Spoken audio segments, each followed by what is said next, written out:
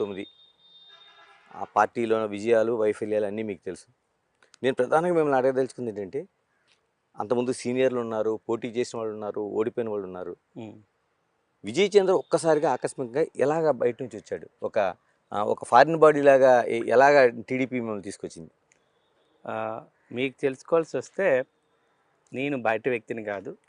మా స్వగ్రామం నర్సీపురం, పార్వతీపురం నియోజకవర్గంలోనే అతిపెద్ద పంచాయతీ, 10,000 ఓట్లున్న పంచాయతీ. మా గ్రామంలో కానిస్టేబుల్ నుంచి కలెక్టర్ వరకు ఐపీఎస్ కూడా ఉన్నారు. కానీ మా గ్రామానికి లేనిది ఒకటే, ఒక ఎమ్మెల్యే అనేది. 1952 నుంచి మా గ్రామం ప్రతి ఎలక్షన్కి ఎమ్మెల్యే అభ్యర్థిగా ఒక ఆశావాహులు అయితే ఉండడం జరుగుతుంది. అప్పటి నుంచి ఇప్పటి వరకు మా గ్రామానికి అందిన ద్రాక్ష ఎమ్మెల్యే సీట్. ఈసారి దేవుడి దయ వలన అండ్ బాబు గారు సరైన నిర్ణయం వలన అదే గ్రామస్తునైన నన్ను ఈసారి నించోబెట్టడం అనేది గ్రామానికి ఇస్తున్న రెస్పెక్ట్. రెండు ఎప్పటి నుంచి అడుగుతుంది కాబట్టి గ్రామానికి ఒక ఎమ్మెల్యే సీట్ ఉండాలని. అంటే టీడీపీ పార్టీ కోసం మాట్లాడుకుందాం. అంటే పూర్వకాలం నుంచి కాకుండా 2004-9 వయస్సు ప్రభుత్వం దగ్గర నుంచి ఇప్పుడు 2014-19 జగన్ దాంట్లో ఎక్కడో కూడా విజయ్ చంద్ర పార్టీలో ఒక ముద్ర వేయలేదు. అంటే ఒక ఉద్యమాలు చేసిన చరిత్ర కానీ అక్కడ కనిపించట్లేదు, పార్టీలో ఒక లీడర్ స్థాయిలో కనిపించటం లేదు. ఒక్కసారిగా ఎలాగా వాళ్ళ టీడీపీ అధినాయకత్వాన్ని ఆకర్షించగలిగారు? చంద్రబాబు గారు ఒక గొప్ప వ్యక్తి అండి. నాకు తెలిసి అంత తెలుగు వాళ్ళందరూ అదృష్టం చేసుకున్నారు అనాలి. ఆయన మైండ్ సెట్ కానీ, ఆయన ఆలోచించే విధానం కానీ 20 సంవత్సరాలకి, రాబోయే 20 సంవత్సరాల్లో ఏమవుతుందో ఈసారికి ఆయన నిర్ధారించగలడు.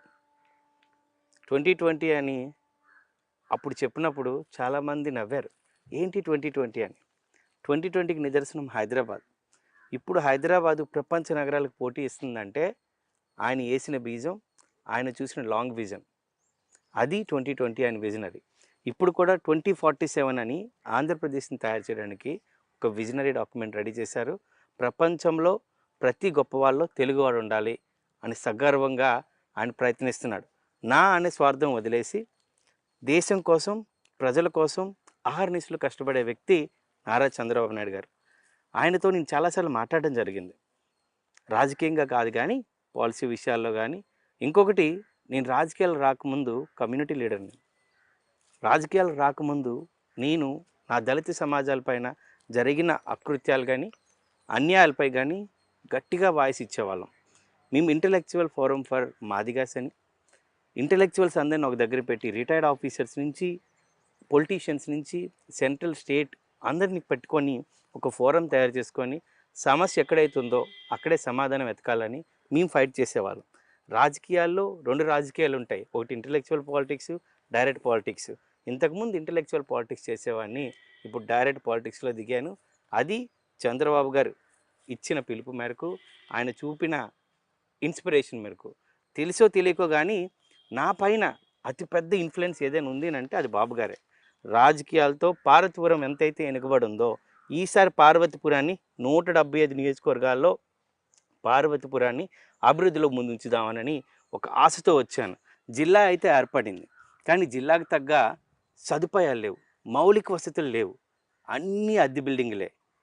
రోడ్లు చూస్తే అధ్వానం, శానిటేషన్ దారుణం, దోమల బెడద, మంచినీటి కోసం ప్రజలు పడుతున్న బాధలు ఎంతెంత కాదు.